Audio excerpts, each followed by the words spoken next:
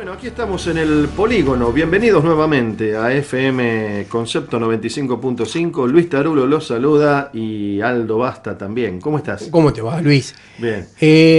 Programa interesante iba a ser. Sí, pero te quería decir algo antes, ¿no? Para empezar un poquito, tranquilito, suave. Como se viene un programa con bastante contenido, ¿no? Y vamos a hablar de temas interesantes y hasta delicados, te diría. Yo te diría que cada día me gusta más la cortina de Movie. ¿Te gustó? ¿Viste? Cada día me gusta más tema. esta cortina.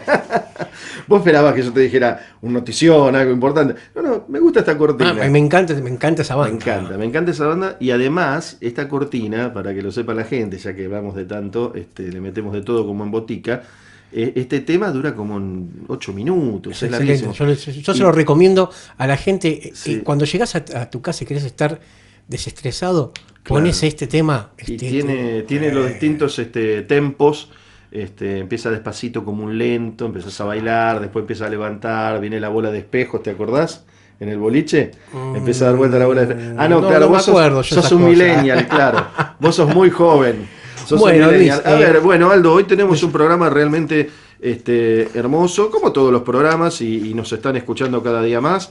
Así que un saludo a todos los amigos y las amigas, sobre todo los aficionados al tiro deportivo, pero se está expandiendo y bueno, y las redes sociales también colaboran mucho con esto. Exacto, ¿no? Ahora en poquito tenemos el Nacional de Tiro Práctico, que en cualquier momento lo traemos a dos exponentes para no ir sus utilidades. Sí. Y la verdad, porque a las dos personas las aprecio, claro, que es Burgos y el Negro, tirador de tiro práctico, que se va a desarrollar ahora dentro de poco. Y bueno, tenemos el tema, estamos arriba de los Juegos Olímpicos, claro. ¿sí? Un orgullo. Como ustedes verán o escucharán, este es un programa casi familiar, es casi, a veces parece un fogón, ¿no? Porque decís, mis amigos, el Negro, mi amigo Burgos, o sea, y bueno, está bien no, que así después está el torneo de FBI, que se está haciendo el tiro, es una modalidad de tiro que ya la van a venir a comentar acá. Pero FBI, ¿por qué? FBI es con un tipo de arma. ¿Cómo es? A ver, la sigla es FBI. Igual como que el FBI. el FBI de Estados Unidos. Sí, mirá vos. Que es con un tipo de munición, con un tipo de arma. Mirá vos. Y a una silueta o un blanco móvil. ¿Y le pusieron ese nombre por el FBI o porque...? Por el FBI, porque es un entrenamiento que tenían los... Claro, que tienen los agentes de allá. Claro. Pero a ver, estamos hablando allá de los años 30 y pico, cuando lo creó esta persona, que lo creó el que creó el FBI. Es una práctica de tiro que después se pasó a la actividad civil. Se internacionalizó, digamos. Exacto. Muy bien, se estandarizó, quizás por así decirlo, ¿no? Se internacionalizó. Se internacionalizó y estandarizó, se practica en muchos lados. Exacto. Bueno, caballero, arrancamos, vamos con un poquito de música, porque después vamos a tener charla, pero a roletes, como dicen allá en los campos. Vamos. Bueno, y seguimos en el Polígono por FM Concepto y ahora estamos en comunicación con Jorge Chávez, una persona vinculada a toda la actividad del tiro, deportiva e incluso empresarial. Así que bueno, hola Jorge, ¿cómo estás? Y te paso con Ricardo ya que va a hablar específicamente de tu especialidad justamente. Hola Jorge, ¿cómo estás? ¿Qué tal? Buenas tardes, Ricardo, un gusto en participar. Buenas tardes. Vos sabés que, bueno, justo nos queríamos comunicar con vos para que nos cuentes, ya que vos sos una persona bastante idónea, ¿no?, en el tema, ya que sos de tirar deportivamente y también sos un empresario vinculado al rubro. Así como la semana pasada estuvimos hablando, ya venimos hablando de distintas disciplinas, ¿no? Últimamente, la semana pasada hablamos de FBI, estuvimos hablando de vez en cuando, así un poquito de tiro práctico también, pero bueno, justo ahora queríamos hablar un poquito de lo que es IDPA o de otras disciplinas, ¿no? Y ya que no la conocemos, queríamos charlar con vos, a ver, para que nos cuentes un poco. Bueno, con mucho gusto. Como bien dijiste hace un momento, me dedico a varias ramas de la seguridad y del uso de las armas de manera profesional y dentro de mis actividades la parte recreativa es el tiro deportivo, que es mi pasión, ¿no? Hace muchos años que hago tiro deportivo y junto con un grupo de gente acá en la Argentina, desde el año 2010, estamos llevando adelante oficialmente el IDPA en Argentina. Ah, bien, bien. ¿Qué es IDPA? A ver si podemos Claro, para los que no conocen, describirle ¿no? la sigla a Justamente. la gente, ¿no? Bueno, IDPA es el acrónimo de International Defensive Pistol Association Ujú. de Estados Unidos, que en el año 1996 en Belleville, Arkansas, nace este deporte, y está basado en el uso del arma defensivamente, o sea, desde el punto de vista defensivo, Claro. el uso del arma, pero es un deporte, Claro, porque yo, 100% deportivo. Tiene una inspiración, digamos, en la defensa. claro, porque yo lo comparo con tiro práctico, ¿no? Que es lo que practico yo. Claro, Eh, claro, la comparación es buena. Son, el IPSC, el International Practical Shooting Confederation, y el IDPA, son dos disciplinas de tiro dinámico entre un montón de otras disciplinas de tiro dinámico, y tienen realmente un montón de puntos en común. Las normas de seguridad, el hecho de que el hombre usa el arma en la cintura, que tiene un recorrido a resolver, diferentes blancos. También la puntuación también es tiempo y precisión, ¿no? No, eso sí es propio de cada disciplina. Cada reglamento tiene una forma de puntuar la performance del tirador. En el IPSC se puntúa de una manera, el hit factor, y en IDPA todo se traduce a tiempo. O sea, te lo resumo lo mejor que puedo y para que no genere más confusiones que otra cosa, ¿no? Sí, sí. Por ejemplo, el tirador, según el timer, tardó 10 segundos. Y si le pegó todos los tiros en la zona de máxima puntuación y no cometió ningún error, su tiempo total es 10 segundos. Ahora, cualquier tiro que no haya impactado en la zona de máximo puntaje, se le agrega tiempo. Ah, como que se lo multa. Corrido, claro, exactamente. Entonces, cualquier error, por ejemplo, cualquier error de procedimiento que se ha cometido, se le agrega tiempo. Cualquier blanco que haya impactado que no debería haber sido impactado, se le agrega tiempo. Ah, mirá vos. Vos sabés que yo no me anoté la vez pasada que fue que se hizo en Lomas el torneo. No me anoté porque sinceramente no conocía el reglamento.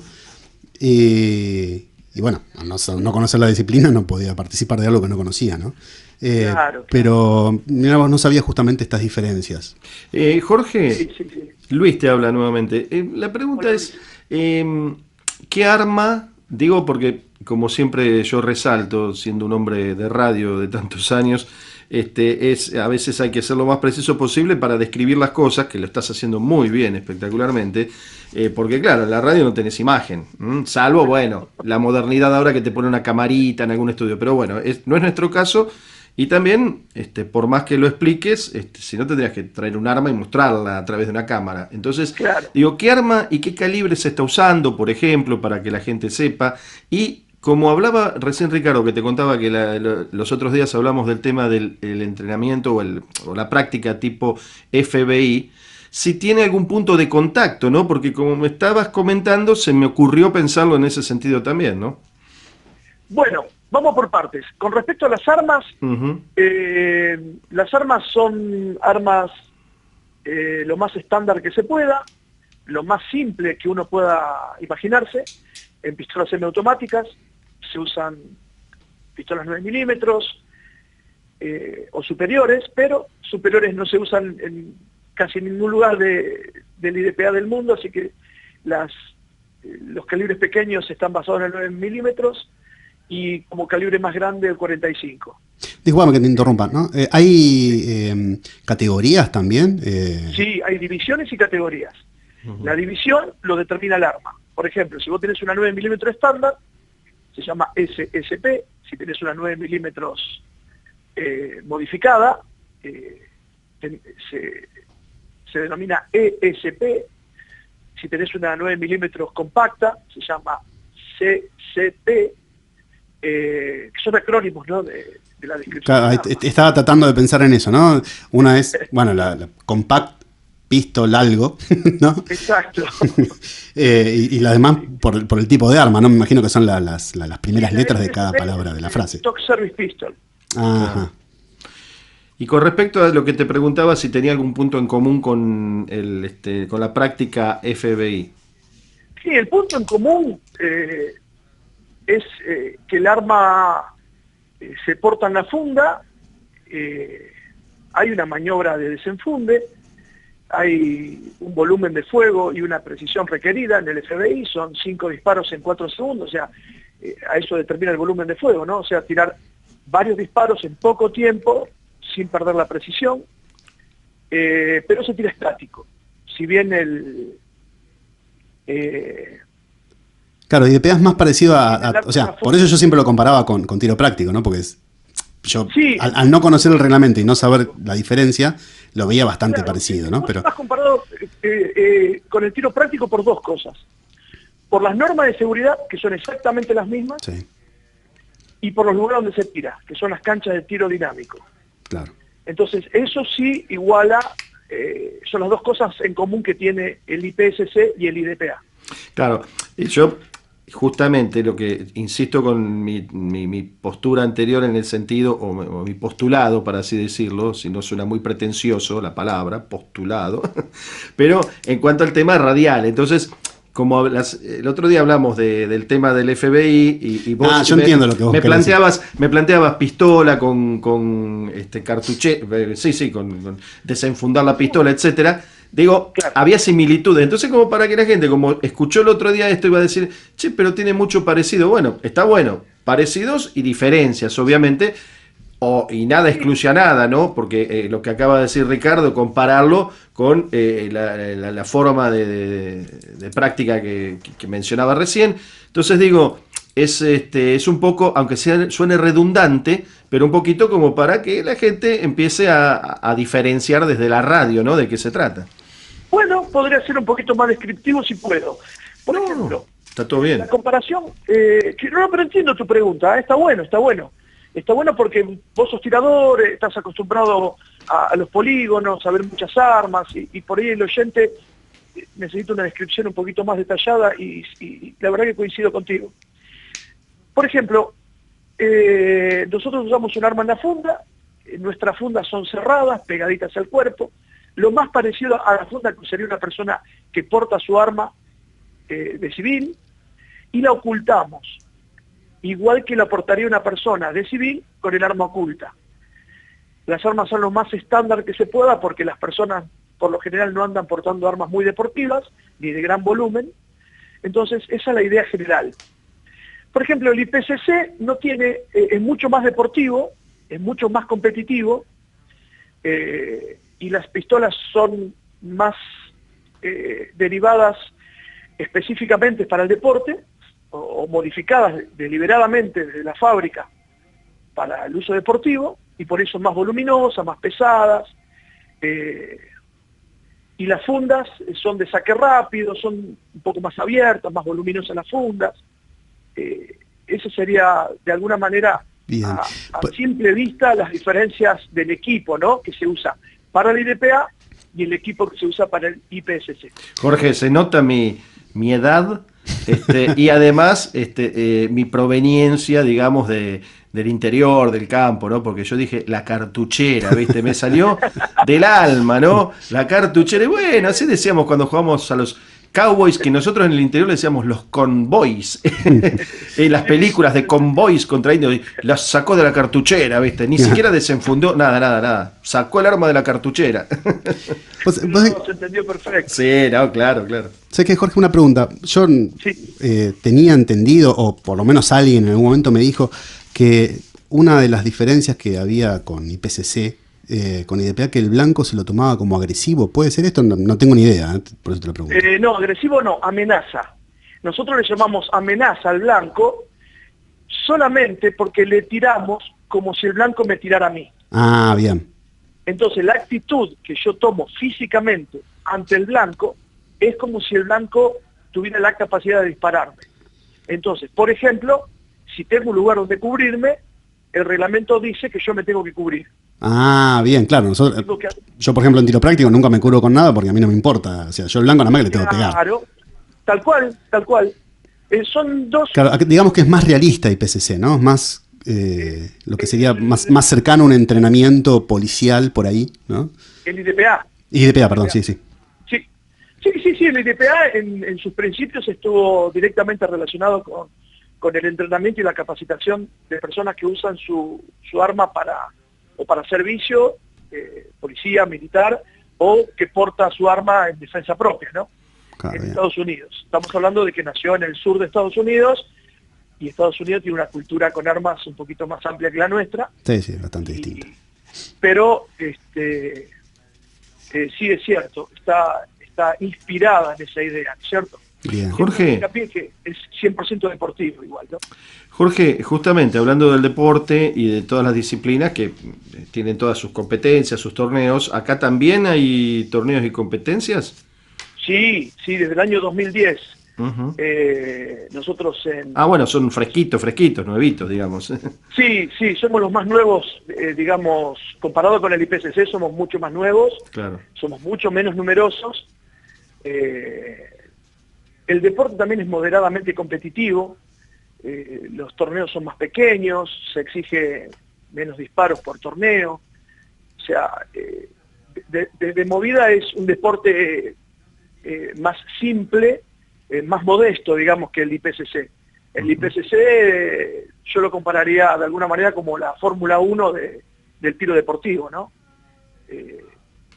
Claro, bueno, pero tiene años ya, está como más afilado también, ¿no? Está más conocido quizás también, ¿no? En la Argentina está muy desarrollado en Argentina el tiro práctico. Nosotros trajimos el IDPA, yo y otro muchacho más, trajimos el IDPA oficialmente a la Argentina, también porque estaba directamente relacionado con mi trabajo, ¿no? Que es el uso profesional del arma. Claro. Entonces, adapté mi faceta deportiva o mi faceta recreativa del tiro, eligiendo un deporte que estaba de alguna manera relacionado con mis tareas profesionales, ¿no? Jorge, la pregunta que te quiero hacer es, hablando justamente de torneos, de competencias, ¿a qué nivel se están desarrollando? ¿Local, regional, nacional? ¿También hay algún tipo de roce internacional en este aspecto? ¿Cómo está la cosa? Sí, qué buena pregunta, porque me dan la oportunidad de decir con mucho orgullo que si bien hace 10 años que estamos en Argentina, hace 6, 7 años que participamos internacionalmente, y tenemos 3 campeones del mundo argentinos, 4 campeones panamericanos, y por lo menos 10 o 12 tiradores en el top 10 de todas las divisiones y categorías. Pues estamos re bien entonces. Sí, realmente comparado con tiradores de todo el mundo, estamos muy bien posicionados. Yo diría que somos el equipo extranjero para los estadounidenses, ¿no? Sí. Somos el equipo extranjero últimamente más potente, digamos, que tiene el IDPA. Ya que nombraste Estados Unidos, ya que con tu experiencia, por supuesto que la tenés, pero quisiera que la transmitas. Nombraste Estados Unidos, un país con tradición de armas, vamos a hablar obviamente de la parte linda, la parte deportiva, ¿no? Claro. ¿Cómo nos ven ellos cuando vos vas o te relacionás con ellos o los tiradores nuestros se relacionan con ellos? ¿Cómo no? Porque, digámoslo, ¿no? Son expertos, así como pueden ser los otros países. Tiene una cultura más grande que la nuestra. Una cultura, claro, obviamente, y toda la tecnología que tienen, etcétera, etcétera, y la trayectoria deportiva. ¿Cómo nos ven a nosotros, no? Porque en algunos deportes nos destacamos, ¿no? ¿Y cómo nos están viendo acá en este aspecto y en esta disciplina particularmente? Yo puedo contar, como participo en bastantes torneos internacionales, o como tirador y últimamente como coach de algunos deportistas, puedo contarles lo que yo veo en el IDPA. Uh-huh. Y la primera impresión es la sorpresa, como un país sudamericano tan lejano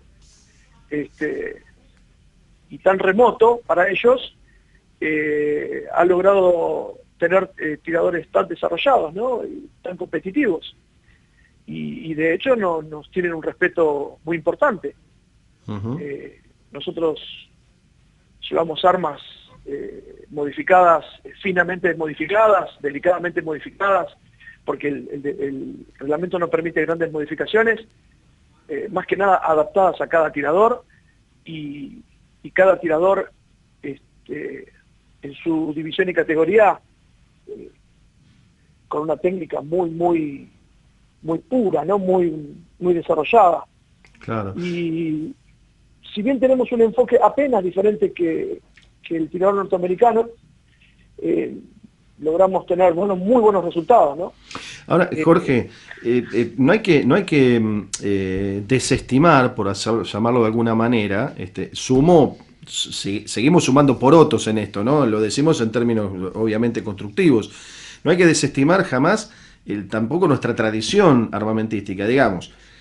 Desde el punto de vista de todas las cosas feas que han pasado, las cuestiones, los enfrentamientos internos que ha tenido nuestro país, histórico, ¿no? De 200 años atrás, digo, pero todo eso también, por otro lado, permitió desarrollar una cultura del armamentismo y de la industria armamentística, y después trasladarla al plano más lindo, por así llamarlo, de esta historia, que es la cuestión deportiva. Nos posicionan muy bien, digamos, ¿no? Nuestras fábricas militares, por ejemplo, son ejemplo en muchos casos, ¿no es cierto? Son modelos. Sí, totalmente de acuerdo. Hablando de la industria, bueno, nosotros tenemos una modesta industria armamentística, por ahí comparado con nuestro propio pasado, o comparado con Brasil, ¿no es cierto? Pero hemos logrado muy buenos resultados, que todavía son recordados en muchos lugares del mundo, ¿no? Ah, mira vos. Che, y Jorge, una pregunta, ya que en un momento me dijiste que los niveles los requerimientos de seguridad son parecidos a los de IPCC. No son parecidos. Son los mismos. Ah, bien. Entonces, por ejemplo, un tirador de IPCC está habilitado para tirar IDPA. Sí, por supuesto. Ah, bien. Sí. Lo único que debería hacer es conocer un poquito el reglamento, pero enseguida lo va a entender porque es bastante simple y parecido. Claro. Bien. Y si un tirador que no practica ninguna disciplina dinámica quiere empezar con la disciplina, ¿qué tendría que hacer? ¿A dónde se tendría que acercar? Lo que tiene que hacer es aprobar un curso de tiro dinámico de cualquier disciplina. Por ejemplo, el de IPCC o cualquier curso de tiro dinámico que le permita utilizar las canchas. Las canchas de tiro dinámico son de uso restrictivo. Suena fea la palabra, pero no es fea. No, eso en algún momento lo hablamos acá en un programa, cuando hablamos de las normas de seguridad en los polígonos, ¿no? Justamente. Claro. Y estuvimos charlando un poquito de las canchas de tiro práctico. Claro, las canchas de tiro práctico o de tiro dinámico son de uso restrictivo. ¿Qué quiere decir esto? Que ninguna persona que no tenga aprobado un curso de seguridad básico puede hacer uso. Y eso está pero muy bien, teniendo en cuenta que son a cielo abierto y que los blancos pueden estar en diferentes posiciones y que puede haber varias personas a la vez en el mismo espacio teniendo armas en la cintura, ¿no? Claro. Entonces, Claro, mínimamente para cuidarnos entre nosotros en principio, ¿no? Sí, por supuesto. Una persona instruida, todo, pero tiene que aprobar el curso. ¿Y en qué clubes se puede acercar para esta disciplina? Hay muchos colegas. La totalidad de los clubes habilitados que tienen habilitación para tiro práctico o tiro dinámico tienen su curso, dictan su curso obligatorio de tiro dinámico. Por ejemplo, yo tengo una sede en la Asociación de Tiro y Gimnasia de Quilmes, y ahí hay varios instructores que dictan ese curso. Ah, bien. Por ejemplo, los chicos del IPCC tienen 1 o 2 instructores que dictan el curso. En mi empresa hay 2 o 3 instructores que dictan el curso. Yo también lo dicto al curso cuando tengo tiempo, dicto el curso y formamos nuevos tiradores. Bien. TDU, ¿no? La idea, ¿no? TDU, ¿no? Sí, mi empresa se llama TDU, Táctica de Defensa Urbana. Ah, bien. Yo me especializo en el uso profesional del arma, pero en el área deportiva, que me gusta de corazón. Hace 35 años que hago deporte. Estás un poquito afilado. O sea que yo no sé si te acordás, pero en algún momento fuiste docente mío. ¡Uy, mirá vos! Cuando hice el curso de experto en armamento. Ah, claro. Porque ahí tengo una materia en la Universidad Tecnológica. Sí, ahí en la UTN de Avellaneda. Exactamente. Sí. Avellaneda. Jorge, Bueno, te agradecemos infinitamente esta comunicación porque viste que acá como nunca se dijo esto, el tiempo es tirano, ¿no?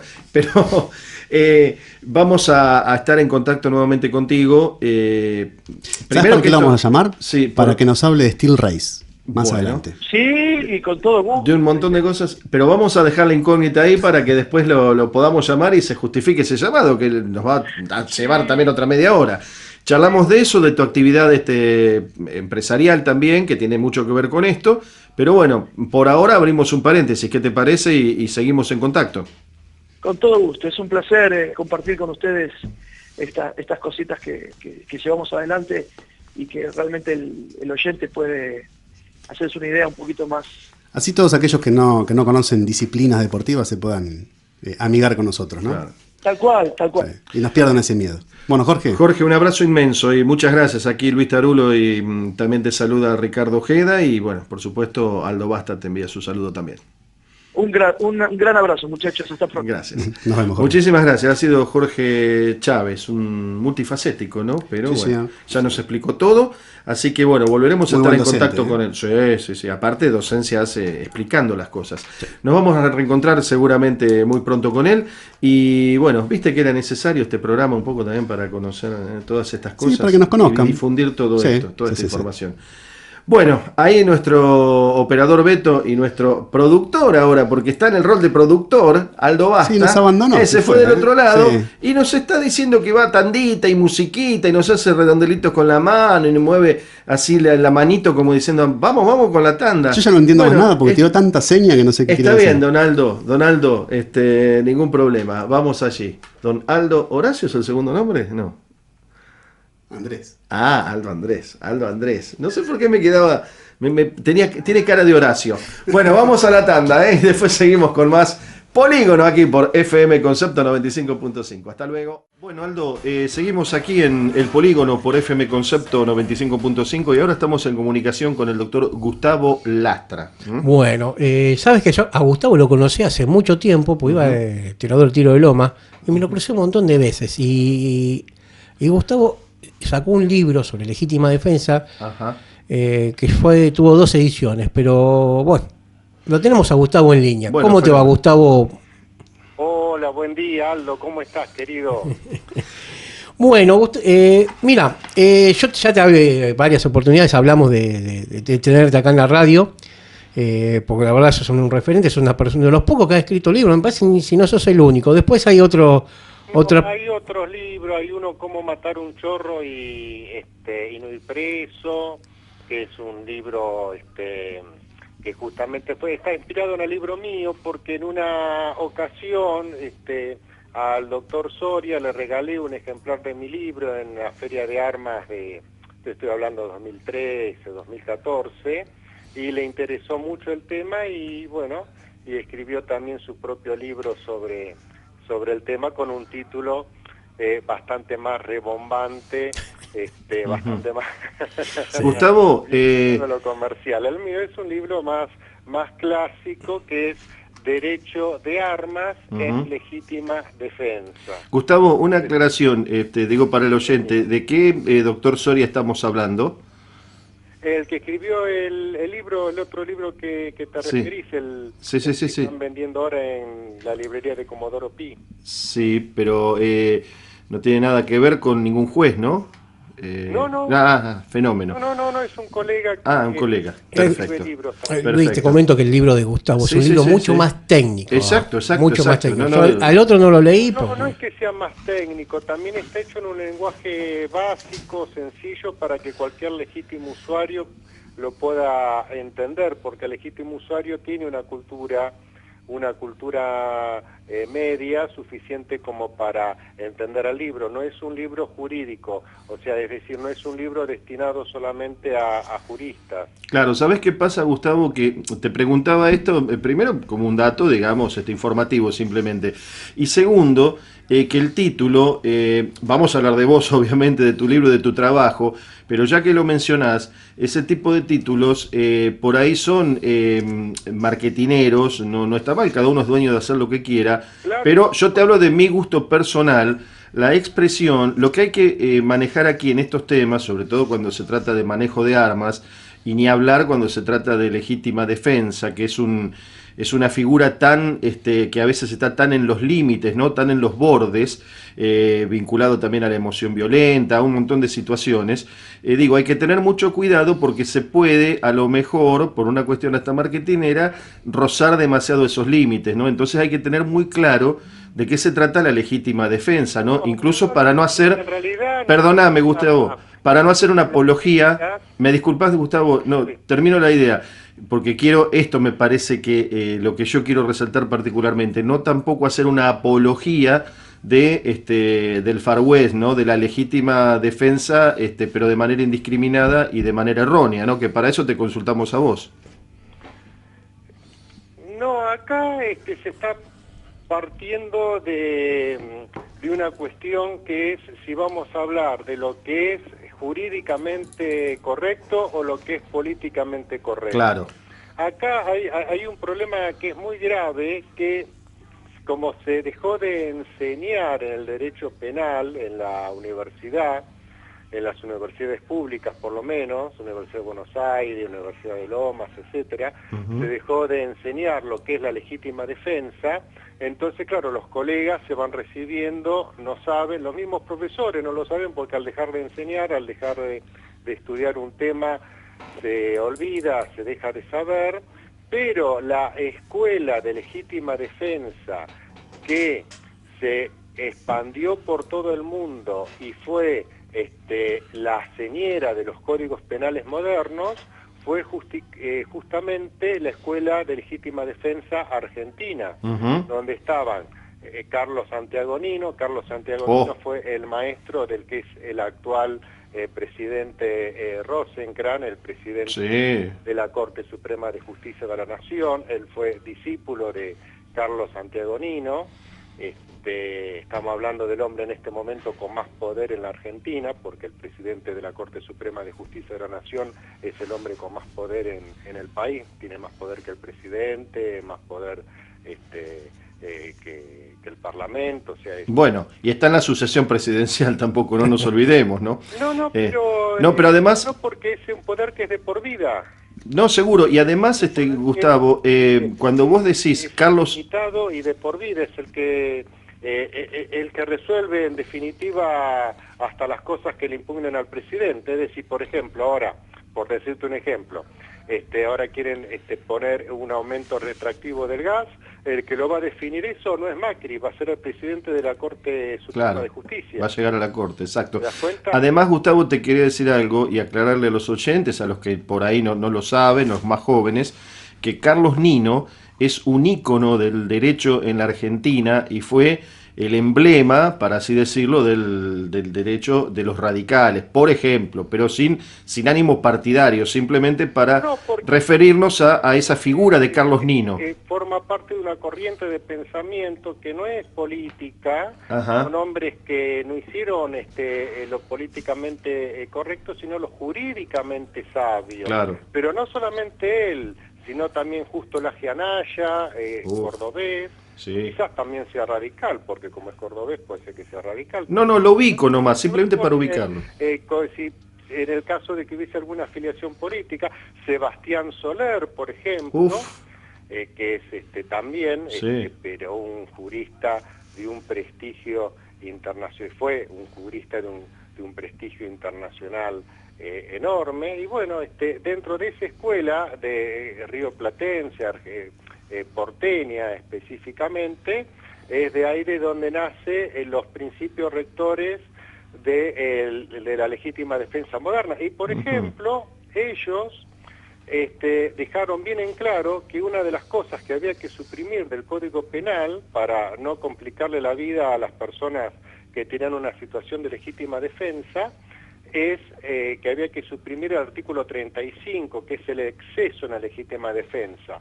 ¿Por qué? Porque ellos hacen los estudios psicológicos, ellos trabajan sobre todo en la segunda mitad del siglo pasado, del siglo XX, y fue una época asignada por avances psicológicos. Entonces los avances psicológicos demostraron que una persona en ese momento de estrés, de ansiedad, de pánico que le causa el estar en la situación de legítima defensa, no puede medir realmente si disparó una vez o dos veces. Es fácil después verlo 40 días después sentado en un escritorio y decir, no, tendría que haber disparado una sola vez en vez de dos. Pero en ese momento donde hay una fracción de segundos para vivir o para morir, no se puede así, porque eso quedó demostrado psicológicamente. Y tal es así que la mayoría de los códigos europeos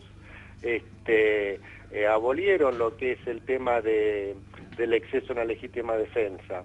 Y acá en la Argentina no, acá en la Argentina, paradójicamente, que es donde se creó esa corriente de pensamiento jurídico, sigue vigente en el Código Penal como y en el Código Penal nuevo que está el anteproyecto ahora en el Parlamento, también siguen con ese criterio de hace 200 años. Gustavo, discúlpame, hablaste mucho de esto y yo te mandé, Luis, yo tengo con Gustavo un trato bastante ameno, hablamos, le consulto varias cosas. Estuvo circulando por WhatsApp, por internet, por Facebook. ¿Te acuerdas que yo te mandé que hubo una modificación del código? ¿Qué tanto hay de cierto en eso?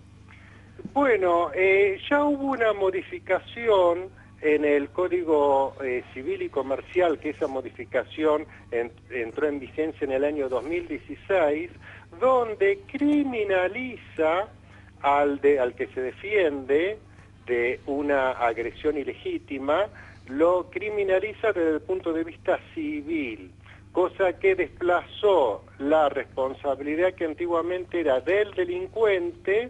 En el año 2016 esa responsabilidad por la agresión ilegítima que producía el delincuente, fue desplazada hacia el que se defiende en legítima defensa o en defensa propia, ¿no?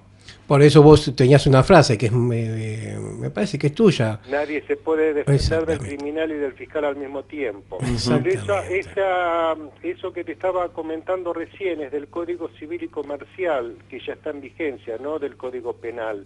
Eso quiere decir que antiguamente, antes del Código nuevo, Civil y Comercial nuevo, que está vigente ahora, el que era responsable por los daños que se le ocasionaran a terceros circundantes en un enfrentamiento, vamos a suponer un enfrentamiento armado, una persona es víctima de una agresión ilegítima, se produce un enfrentamiento, un tiroteo.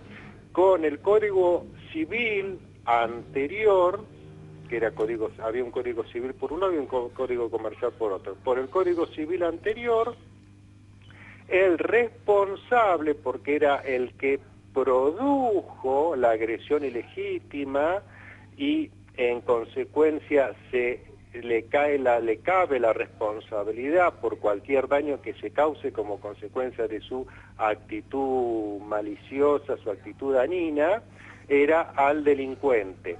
Lo que hizo el código, que se unificó civil y comercial en un solo código en el año 2016, lo que se hizo fue trasladar esa responsabilidad del delincuente a la persona que se defiende del delincuente. No sé si se entiende. Sí. Ahora, Gustavo... Es algo totalmente dañino para la gente de bien. Ahora, Gustavo... Comercial nuevo, en ese aspecto, por lo menos, es algo totalmente destructivo, totalmente dañino para la persona de bien, totalmente a favor de la defensa de la delincuencia. Ahora, Gustavo, aquí se ha utilizado mucho la figura del garantismo. A ver, quisiéramos conversarlo con vos en todo caso, más que una pregunta, quizás hacer una especie de mini diálogo sobre este tema y a ver qué opinás. Porque, por un lado, tenés el tema de que se habla del garantismo legal, y se habla mucho de los jueces, de los fiscales, de los abogados, pero en primer lugar yo siempre lo aclaro, hay que recordar que las normas, los códigos, las leyes, etcétera, las termina aprobando o haciendo inclusive el legislador, ¿m? Porque el legislador, después está el que las aplica. Nos remitimos al tema Zaffaroni, ¿te parece? Bueno, pero te quería completar la idea. Eso por un lado, que no hay que perder de vista que es el legislador el que hace las leyes, por un lado. Después, vos sabés perfectamente que hay un espacio lo suficientemente laxo y que tiene que ver con el... ¿Eh? Yo te entendí la pregunta. No, pero voy a lo otro, al garantismo. Digo que ya de por sí la Constitución Nacional y los códigos y las leyes, perfectibles o no, malas o no, buenas o no, ya te brindan una garantía. Incluso el proceso judicial, con todas las etapas de indagatorias, de testimoniales, etcétera. O sea, hay toda una situación de garantía para la gente. Luis, pero no es garantía para quién. No, pero al margen de la discusión delincuente o víctima, estoy hablando en general como concepto, que es lo que me acaba de decir ahora Gustavo, y sobre el que le cedemos la palabra, porque él habla del concepto garantismo, ¿no? Pero el exceso de utilizar esa palabra cuando ya tenemos garantías de entrada, ¿no es cierto? Más allá de que son perfectibles las leyes. Lo único que tienen acá garantías son los delincuentes. Bueno, no, está bien, pero eso es para simplificar. Bueno, ahora lo hablamos, a ver. En este tema, desmitificar el asunto Zaffaroni. Claro. ¿Por qué? Porque siempre cuando se habla de este tema se termina hablando de un jurista determinado de la Argentina, que es el doctor Eugenio Zaffaroni, que fue miembro de la Corte Suprema de Justicia de la Nación y hoy en día es miembro de la Corte Interamericana de Derechos Humanos, ¿no es cierto? Uh-huh. Bien. Con respecto al doctor Zaffaroni, los que somos legítimos usuarios, pero que no pertenecemos a ninguna fuerza de seguridad, sino que somos legítimos usuarios civiles, particulares, tenemos que estarle muy agradecidos, porque él, en todos los casos que le llegaron a la Corte de legítima defensa, no solamente que sobreseyó, que absolvió a los legítimos usuarios que tuvieron que usar un arma para defenderse de delincuentes, que sacó también, porque él toma los principios de la corriente esta que hoy te decía Argentina, donde están Carlos Santiagonino, Sebastián Soler, Justo Lagianaya, etcétera, etcétera, etcétera, de juristas, sino que es el único jurista que dejó bien en claro que, lo dijo en unos términos muy jurídicos, que yo lo tengo volcado en mi libro, lástima que ya el libro mío está agotado. Pero bueno, se puede conseguir porque hay mucha gente que lo tiene, así que se lo puedo pedir prestado. Y es el único que dijo, obviamente usando terminología difícil de entender, pero en buen criollo dijo, la legítima defensa, señores, no viola derechos humanos. Uh-huh. Porque la discusión era esa, que querían achacar como si fuera una violación a los derechos humanos. Donde sí... él tiene una cuestión que es con lo que fue en su época la maldita policía, entonces como que es más exigente en cuanto a los derechos humanos porque la policía, las fuerzas de seguridad, como son fuerzas del Estado y, y son los representantes del Estado, ahí sí les pone otros requisitos, otros niveles de exigencia. Gustavo, te propongo un segundito, porque esta conversación se está haciendo interesantísima y bueno, nos está llevando unos minutos. Entonces vamos a hacer una pausa, una pequeña pausa musical y seguimos contigo en un par de minutitos. ¿Qué te parece? Con todo gusto. Muy bien, vamos a la pausa aquí en El Polígono por FM 95.5 Concepto desde Buenos Aires. Bueno, después de este ratito con In Excess, este grupo australiano, qué maravilla, ¿no? Qué música. Banda. Qué triste final el del músico, el del líder Michael Hutchins. Pero bueno, en fin. Vive, como era que decía James Dean, era, vive rápido y muere rápido. Sí. Bueno, así es la vida. De vivir al límite y en el vértigo. Y bueno, y hablando de vida y de estas cosas, seguimos con Gustavo Lastra, que nos está interiorizando, explicando, enseñando sobre todo esto que tiene que ver con la legítima defensa, ¿no es cierto? Obviamente desde el punto de vista del legítimo usuario, ¿no es cierto? Dentro de este marco de toda lo que significa la legalidad. Y justamente estábamos hablando de la legalidad y la línea que se sigue, y cómo también, Gustavo, de una manera que pocas veces la he escuchado, yo te diría, no sé si la he escuchado muy frecuentemente en algún tiempo, pero nos explicaba las dos caras de la moneda, porque a veces hay que mostrar las dos caras. Y él nos decía que así como Eugenio Zaffaroni, identificado con el garantismo, por el público, la gente, los adláteres, partidariamente, por conveniencia, como sea, más allá de que tenga una posición en ese sentido, también ha dicho lo otro, también ha dicho la otra parte y ha justificado, en cierta medida, la legítima defensa. Seguimos, Gustavo, entonces, con tus conceptos. Sí, querido, con todo gusto. Mirá, y con respecto al término legítimo usuario, yo no soy partidario de utilizarlo porque yo estoy totalmente en contra de la Ley Nacional de Armas, porque es una ley que fue producto de la dictadura militar, sin intervención del Congreso. Es una de las pocas leyes que queda en vigencia, producto justamente de una dictadura militar, sin que haya intervenido el Congreso, y realmente es totalmente inconstitucional. Es decir, que si una persona se compra un arma con dinero de su bolsillo, tendría que ser propietario de su arma, no legítimo usuario. Claro, hay una cuestión conceptual, pero vos decís que en el fondo es esencial. Es violatoria a la Ley Nacional de Armas, es una ley que no sé por qué cuestiones políticas nunca ha sido realmente derogada, porque es una ley producto de una dictadura militar. Uh-huh.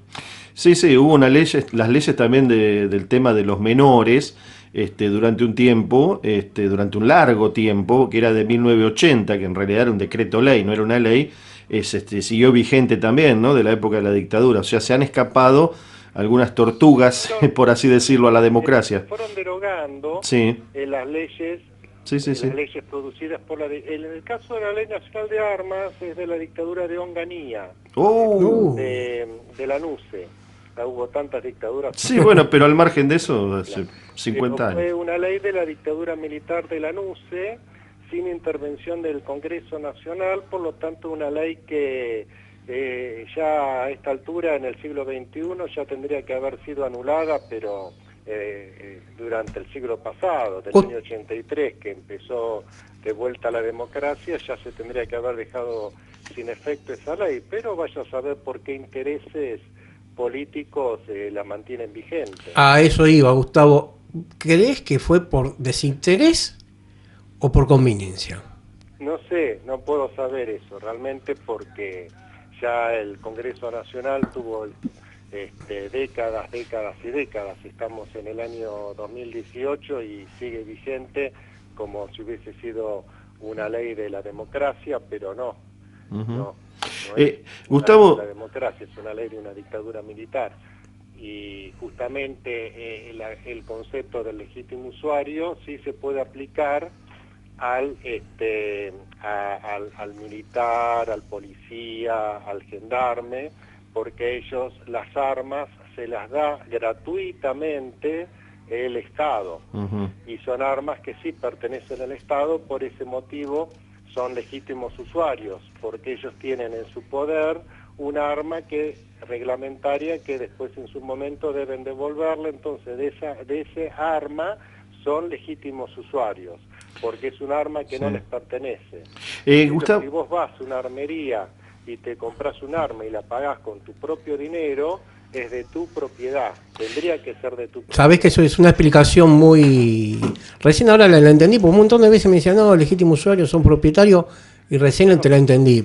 Vos agarrás la cédula del arma y agarrás la cédula del automotor. Y vas a ver que en la cédula de tu automotor dice propietario y en la cédula del arma dice legítimo usuario. Gustavo, esa... Que solamente del arma que vos te comprás de tu bolsillo, vos tenés solamente la tenencia. Por eso dice tenencia en la tarjeta. Claro. No sé si te fijaste que dice tenencia. Sí, dice tenencia. Vos tenés tenencia, sos un inquilino. Gustavo, esa es una diferencia básica, ¿no es cierto?, que debe haber, por ejemplo, con sociedades o países donde las entidades de poseedores de armas son a veces más fuertes que un partido político, como por ejemplo la Asociación del Rifle en Estados Unidos. Por la cuestión, yo estoy hablando de la cuestión legal, de lo que es la legalidad. Sí, sí. Una ley que está hecha sobre la ilegalidad. No, eso se entendió. Lo que yo te pregunto, que también en ese sentido, digo, debe ser una diferencia, no es menor lo que vos planteás como diferencia fundamental, conceptual, esencial, y que además me imagino que debe ser una diferencia fundamental con otros países, insisto, donde, por ejemplo, la Asociación del Rifle de Estados Unidos deben tener otro criterio en ese sentido. La Constitución americana y la Constitución Nacional de la República Argentina es muy similar, sí, sí. Todo, inclusive en el derecho de armas, es muy similar a la Constitución americana. La única diferencia que ellos fueron un poquito más explícitos en el tema del derecho a la aportación de las armas, porque ellos eran colonia británica y los británicos tenían tanto sobre sus colonias, no digamos los británicos, los ingleses tenían sobre sus colonias y sobre el resto de lo que es hoy Gran Bretaña una prohibición de usar armas para mantener el derecho de pernada. Claro. El derecho de pernada o ius primae noctum, es decir, que los nobles ingleses podían pasar la primera noche con las plebeyas de los otros pueblos, por ejemplo, irlandeses, escoceses, galeses, para procrear la genética inglesa dentro de su isla. Lo mismo hacían en las colonias americanas. Claro. Y bueno, las colonias americanas lo derrotan a Inglaterra en las guerras de la independencia, y como justamente una de las cuestiones que más los perjudicaba a ellos era la falta de acceso a las armas de fuego, fueron muy específicos en su constitución en 1789, en su constitución nacional, de 1776, me estoy confundiendo con otra cosa, en 1776, sí, cuando ellos dictan su constitución nacional, fueron muy específicos en la defensa del derecho de armas por ese motivo, porque eran colonia inglesa, entonces tenían la prohibición del uso de armas de fuego. En cambio, cuando se produce la independencia en la Argentina, nosotros éramos colonia española y los españoles en eso eran un poco más menos rígidos en esa cuestión, y no les interesaba que a los colonos, que a los miembros de sus colonias utilicen las armas de fuego. Gustavo, un solo concepto, porque ya estamos terminando, nos quedan un par de minutos. Si vos podrías reiterarnos algo que te hemos escuchado varias veces, es cuando el delincuente, según tu criterio, pierde, al atacar a la persona, pierde todos los derechos en ese momento. La agresión ilegítima conlleva la pérdida de los derechos del agresor. Ajá. Todos sus derechos, inclusive el derecho a la vida, a la integridad física y psíquica. Gustavo, y te hago una consulta, ya para redondear, porque ya estamos ahí justo arriba. ¿Por qué siempre estuvo tan mal defendido la víctima de un asalto cuando se defendió con un arma. ¿Qué es lo que pasó? Vos estás muy en el tema. Es más, te invito si querés pasar tu número de teléfono para... Es lo que te decía hoy, que se dejó de estudiar, se quitó como materia el tema del derecho de armas, se quitó del derecho administrativo, o sea, del derecho administrativo, que es donde se estudia el derecho de armas, se quitó esa parte de la ley, el derecho de armas, se lo sacó del derecho administrativo en los programas de estudios universitarios, y se sacó lo que es la legítima defensa de los programas de estudio del derecho penal. Vos me decís que es por un tema de educación, que fue deficiente la... Obviamente los programas educativos bajan del Ministerio de Educación. Gustavo, una última pregunta porque te quiero pedir una opinión. Más allá de que excede el tema de la legítima defensa, pero estamos hablando de victimarios y víctimas. Quería preguntarte qué opinabas sobre esta decisión en su momento, que ya está implementándose, del ministro Gustavo Ferrari, que fue su iniciativa en realidad, pero bueno, impulsada por el gobierno bonaerense, acerca de ya prestarle atención, asistencia oficial a la víctima, ¿no? Porque siempre se le prestó un defensor oficial al que no puede pagarlo, pero al que está en problemas con la ley, pero no a la víctima, de atender en mayor medida ahora a la víctima, prestarle atención, ¿no? Sí, ya está en vigencia el sistema, y ya sé que no sé, no te puedo decir el tiempo exacto. No, pero muchos meses que está en vigencia. Sí. Acá en Provincia de Buenos Aires ese sistema, pero lamentablemente en la práctica no funciona. Porque, y bueno, debe haber problemas también de infraestructura y un montón de situaciones que deberían ya... Es lo que sobra, gente, lo que sobra. ¿Sí? Sobra gente, sobra espacio, no funciona. Bueno, Gustavo, para terminar esto, le quiero decir a todos los oyentes es que si necesitan a un abogado, lo conozco personalmente, más allá de esta comunicación telefónica, necesitan a un abogado para consultar en legítima defensa, caso de legítima defensa, lo tienen acá Gustavo Lastra, ¿sí? No sé si vos tenés página web o algo de eso para consultarte. Mira, en realidad no me dedico mucho o sea, en su momento atendí muchas causas de legítima defensa, ¿viste? Y qué sé yo, pero es complicado el legítimo usuario, ¿viste? Pero sí, todo lo que sean cuestiones penales me tienen a disposición, me encuentran en el Facebook, Gustavo Lastra, y ya saben que todos me conocen en el ambiente nuestro, todos saben quién soy. Bueno, Gustavo, yo te agradezco, ¿no? Y acá, bueno, tu amigo y Aldo te va a saludar también, ¿eh? Bueno, Gustavo, te agradezco la que me hayas atendido. Y bueno, estamos en contacto y bueno, y tenés acá el micrófono abierto para lo que necesites, Gustavo. Desde ya muy agradecido por darme esta oportunidad de aclarar un poco las cosas y les deseo que tengan un excelente día. Gracias.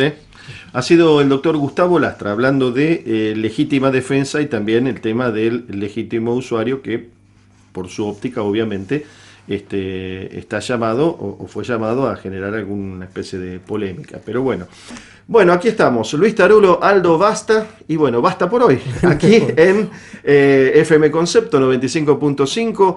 Esto es El Polígono. Quedan todos invitados a seguir escuchándonos, los miércoles y después de 9 a 10 de la noche, salvo que haya fútbol ese día, pasa para el otro día, y después los domingos la repetición también de 9 a 10 de la mañana. Bueno, Aldito, muchísimas gracias. Vale. Nos encontramos. Chao. Salud. Chao.